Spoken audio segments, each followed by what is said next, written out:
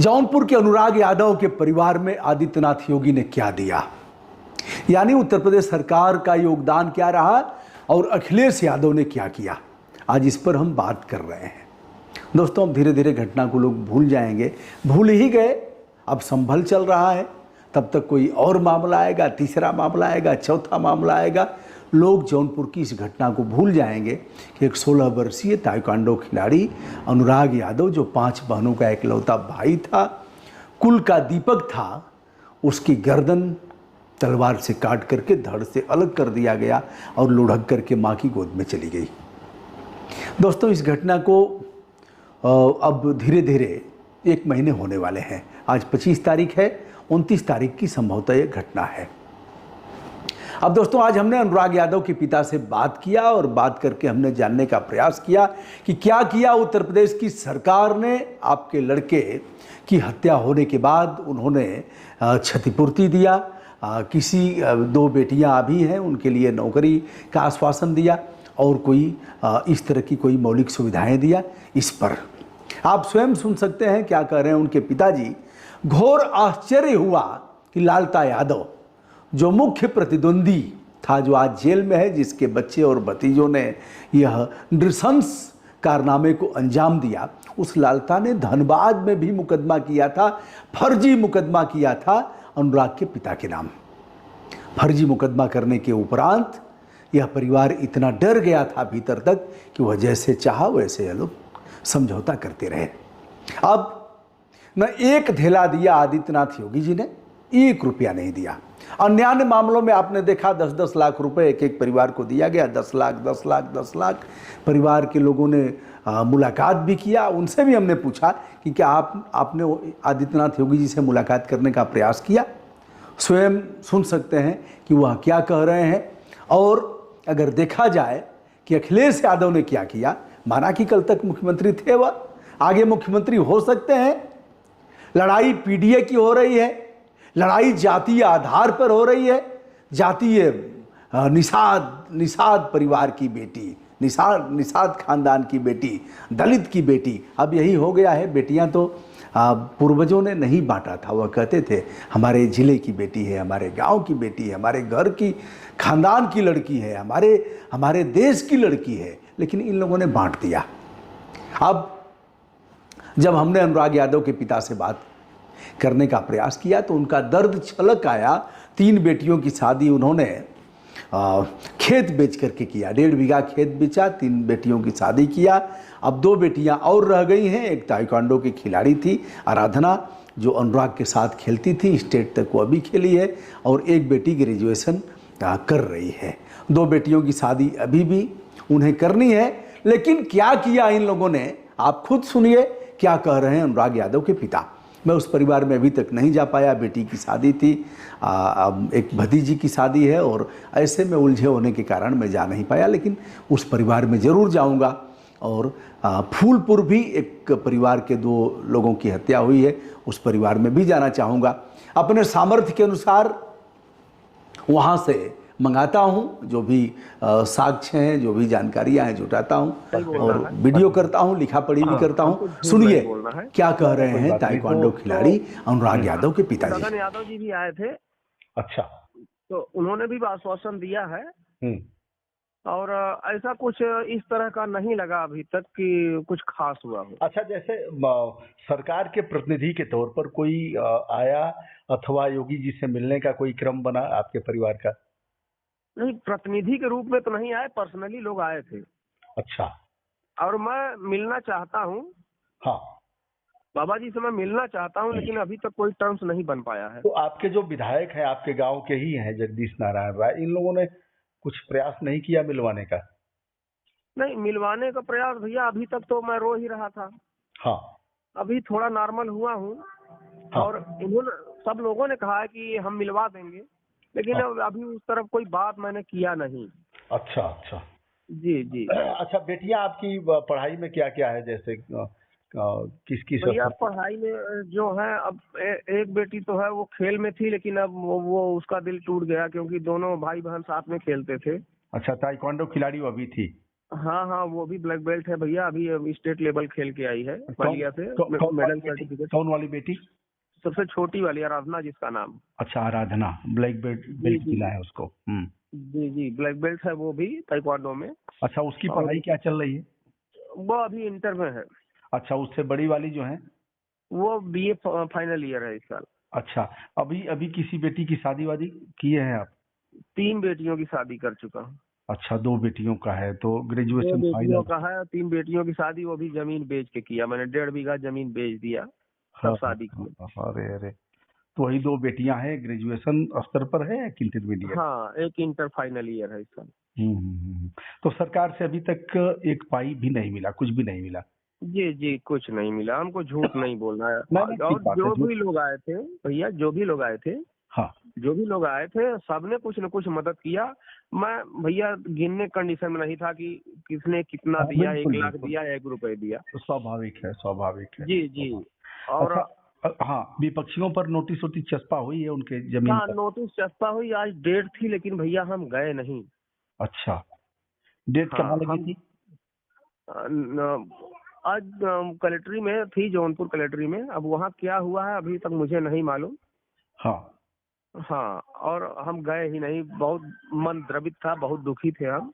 सही बात है। अच्छा, जी, ये हम बताइए, इसलिए गए। आपके मुकदमे किस किस कोर्ट में चल रहे हैं? दीवानी में चल रहे हैं और धनबाद कोर्ट से उसने मुकदमा किया है। एक तो 2001 में किया था। किस कोर्ट से? और धनबाद थाना जोरा पोखर, बरारी, भूलन बरारी। और अच्छा, हाँ, जिला धनबाद से। तो और वहाँ दूसरा कैसे? मुकदमा अभी मई में किया था जब। नहीं जी नहीं, भैया। धनबाद माने झारखंड से? जी जी, झारखंड से वहीं से मुकदमा करके परेशान, तभी तो हमने सुलह करके पूरी जमीन छोड़ दी थी कि भैया तुम ले लो। तो वहाँ कोई रहता है क्या, विपक्ष का कोई धनबाद में रहता है क्या? जी जी, सर्विस लालता यादव तो वहीं सर्विस करते थे ना। तो वहाँ कैसे मुकदमा आप पर किए? छिनैती का मुकदमा किया कि ये लोग आए हैं, मारे हैं। पिछली बार तो छिनैती के चाकू के नोक पे हमारी सैलरी छीन लिए हैं। अच्छा। हाँ, वहां से किए थे। यहाँ से नोटिस सम्मन सब जारी हुआ था तो हम लोग परेशान हो गए। सब लोग पूरे पटीदारों के ऊपर किया था। सब लोग अपनी अपनी जमीन छोड़ दिए। और मैं वहां जाके 1 साल तक मैं वहां जाके तारीख भी देखा हूँ। अच्छा उसी समय बोला था कि जो आएगा 6 इंच छोट कर देंगे। अच्छा, मतलब हाँ एक चीज ये अलग रहा है कि पूरे खुराफात के मूल में लालता यादव हैं। अगर वह कोयलरी से, झारखंड से आप लोगों के ऊपर मुकदमा कर रहे हैं, तो जी वही जी वही गुण बच्चों ने भी सीखा। जी, बिल्कुल। बच्चे भी उनके वहीं पले बढ़े हैं ना। अच्छा। बच्चे भी उनके वहीं पले बढ़े हैं। और इनके 2 भाई यहाँ रहते थे। हाँ तो पहले तो ये सह देते थे, ये इनके दोनों भाई मुकदमा करते थे। हाँ। लेकिन जब से ये रिटायर होके आए, इन्होंने खुद पर्सनली मुकदमा कर रखा है। मेरा वो कच्चा वाला मकान इन्होंने रिपेयर नहीं करने दिया। अच्छा 2 साल के अंदर मेरा मकान ढह गया, नहीं तो हम लोग उसमें रहते थे।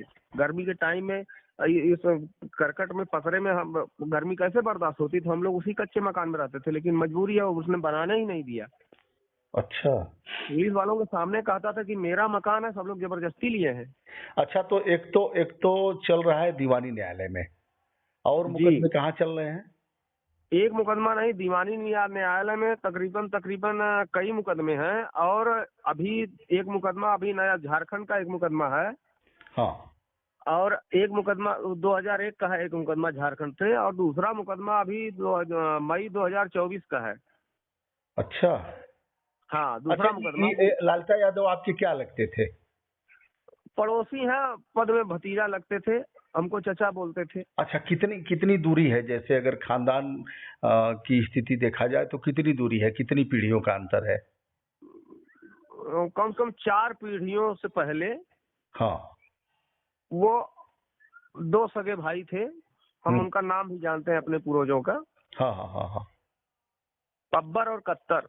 हम्म। तो इन्हीं दोनों लोगों से ये पूरा मोहल्ला बसा हुआ है। अच्छा जी। अच्छा, अब किन की गिरफ्तारी बाकी है और कई लोगों की हो गई है? नहीं नहीं, जो लोग थे उनकी गिरफ्तारी बाकी है। लेकिन उनका जो एक भाई था जिसे हमको डर है, वो बाहर है। क्योंकि जब कोई वारदात ये लोग करना चाहते थे, जमीन कब्जा या लड़ाई झगड़ा, तो वो उनका भाई पहले कहता था कि हम 1 महीने पहले बोलता था कि भैया हम तो कमाने जा रहे हैं, चाचा हम कमाने जा रहे हैं, भैया हम कमाने जा रहे हैं। अच्छा हाँ, इससे पहले नेताई करता था, मोटरसाइकिल एक घूमता था, लेकिन जब वो चला जाता था तो 20 दिन 1 महीने बाद तो ये लोग अपना शुरू करते थे। अच्छा, कोई न कोई वारदात हो जाती थी। हाँ, तो किसी कब्जा, किसी न किसी के ऊपर कुछ तो हो जाता था, लाठी डंडे उठते थे, चलते थे। तो हम लोग सोचते थे कि अरे यार वो बहुत अच्छा है, जब तक वो रहता है तो कुछ नहीं होता। लेकिन जब इतनी बड़ी वारदात होने से फिर 1 महीने पहले वो चला गया, कमाने जा रहे हैं। अच्छा, किसी से भैया पूछते थे कि अरे यार कहाँ कमाने गया है वो, तो किसी से बोलता था मैं पंजाब में हूँ, जालंधर में हूँ, किसी से बोलता था लुधियाना में हूँ, किसी से बोलता गुजरात में हूँ, किसी से बोलता था मुंबई में हूँ।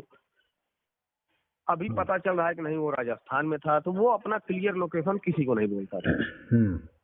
तो अब मेरी समझ में भैया, अब क्या बताएं अंदर क्या है मालूम नहीं, लेकिन मेरी समझ में यही आता है कि ये पहले हट इसलिए जाता था कि कोई दिक्कत होगी तो मैं बैकअप कर सकूंगा।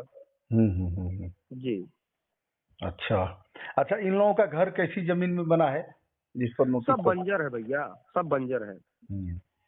अच्छा, ये सारे अभिलेख है ना मुकदमे के आपके, जो भी लड़ाई हो रही है झारखंड धनबाद जी, से सब कुछ है, उसकी जांच भी चल रही है अब, और अधिकारी लोग भी लगे हुए हैं कि उनका बंजर है तो चिन्हित किया जाए अपना। भैया देखिए, कानून की बहुत बारीकियां मैं जानता नहीं। हाँ, अब क्या आदेश है, कैसे है, क्या है, उस बारे में बहुत विशेष मुझको जानकारी, मैं सीधा साधा आदमी, गरीब आदमी, अपना परिवार जिला रहा था। मुकदमा ही करते थे, मैं छोड़ देता था कि भैया चलो, जहाँ तक मेरा भी कब्जा था तो वो भी बंजर पे ही था। हमने उसमें लिखित तो हमने समझौता दाखिल किया है कोर्ट में 2004 में कि हमको इस जमीन से कोई वास्ता नहीं है। मेरे पिताजी भी थे, उनका भी अंगूठा लगा हुआ है, लाल मोहन लालता राजकुमार का भी अंगूठा लगा कि हमसे इनसे समझौता है। लेकिन नया जब ये रिटायर्ड होके आए हैं तब नया मुकदमा हमारे नाम से किए हैं और हमारे घर पे, कच्चे मकान पे किए हैं कि ये सब मेरा है। जी, जबकि वो सब मेरी आबादी है। चलिए, हम जल्दी आते हैं पूरे अभिलेख के साथ आपके साथ, और इस दुख की घड़ी में हम लोग पूरे परिवार के साथ हैं। अब जी भैया, धन्यवाद, आप लोगों का मैं आभारी हूँ, और आप ही लोग हो कि जिंदा रखे हो, नहीं तो मुझे जीने का कोई सहारा नहीं। मैं तो उस दिन सोच के कलकत्ता से चला था कि चलूंगा, अपने बेटे को मुखाग्नि दूंगा और दूसरे दिन मैं भी चला जाऊंगा, बस सुसाइड कर लूंगा। लेकिन आप इतने लोग खड़े हो, अब मुझे साहस है कि नहीं, मैं इनसे लड़ सकता हूँ, अपने बेटे के लिए न्याय दिला सकता हूँ। नहीं, बिल्कुल लड़ना है, ऐसे लोगों को तो जब तक नहीं तो मैं यही सोच के निकला था। मैंने सोचा था कि मैं चलूंगा, सब कुछ करूंगा, अपने बच्चियों से मिलूंगा, उसके बाद मैं खुद खत्म हो जाऊंगा, बस यही था। और बाकी कुछ है नहीं जिंदगी में भैया, क्या करें, जिसके लिए इतना लड़े, जिसके लिए कितने कर्जे लिए, हमने जमीन जायदाद बेच दिया, लेकिन अपने बच्चों को तकलीफ नहीं होने दी। आज वही मेरा बच्चा धोखे से पीछे से काट दिया गया। हम आते हैं और अब बेटे को तो जिंदा नहीं किया जा सकता, लेकिन जो भी बन पड़ेगा हम लोग करेंगे। थैंक यू भैया, धन्यवाद भैया। ठीक है, धन्यवाद। ठीक है।